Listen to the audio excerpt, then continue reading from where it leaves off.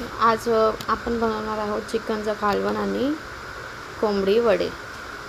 मी कोंबडी वड्याचं पीठ मळून ठेवलं आणि भिजवून ठेवलं. आणि चिकन ही पाण्यात मी उकळून घेतलेलं आहे, कांदा टमाटा आणि मीठ आणि हळद टाकून पाणी टाकून. आणि हे सगळं मसाले आहेत, ते सगळं मसाले मी तव्यामध्ये भाजून घेईन.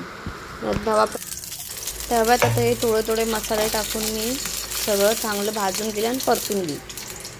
मसाले परतून घेतल्यानंतर आपण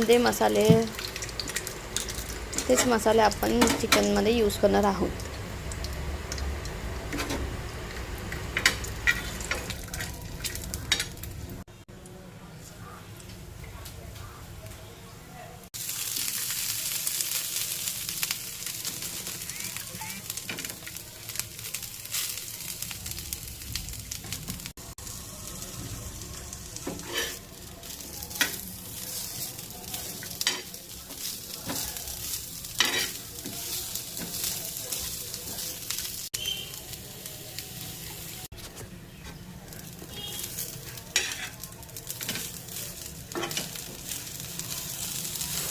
आता हे मसाले परतून झालेले आहेत. आता आपण तेल गरम करायला ठेवूया कोंबडी वडेसाठी.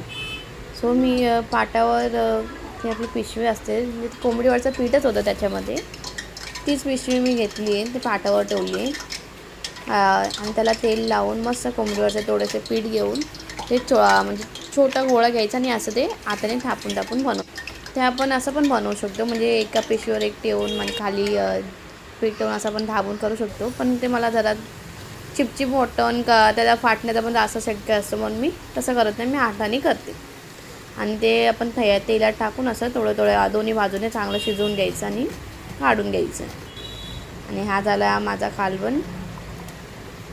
सो मी ते बाकीचे व्हिडिओ दाखवले नाहीत कालवण.